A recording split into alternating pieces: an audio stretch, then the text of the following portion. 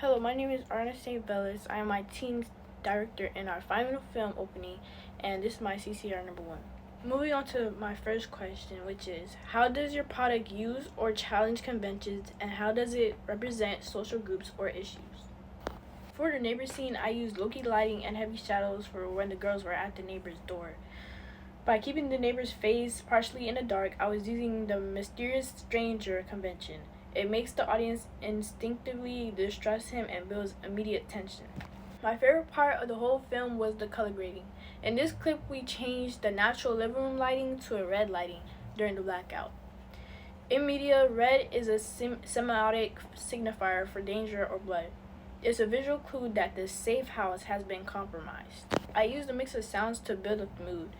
The diegetic sounds like the keyboard beeping, the door locking, are super important because they represent security. When I layered the creepy non-diegetic score over these sounds, it created a contrast that makes the audience feel like the security is about to disappear. I really leaned into Bar's enigmatic codes.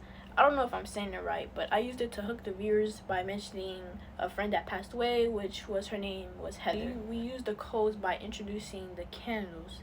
I'm basically forcing the audience to ask questions, then ending on a tight close-up of the bloody note, creating a major cliffhanger at the end. The goal was to make sure the audience couldn't stop watching because they need to know exactly who is back, as it says in the note.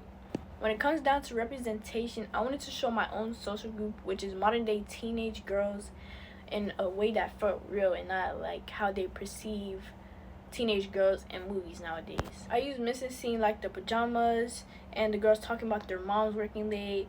This as like suburban realism, making the characters relatable. It makes the thriller element scarier because it feels like it's happening to real people in a real house rather than a movie set. I also wanted to challenge the damsel in distress trope because even though the girls were creeped out, they took action and they didn't want a guy or a parent to help them. They went out to handle the situations themselves, and I think this represents teenage girls that are proactive and independent.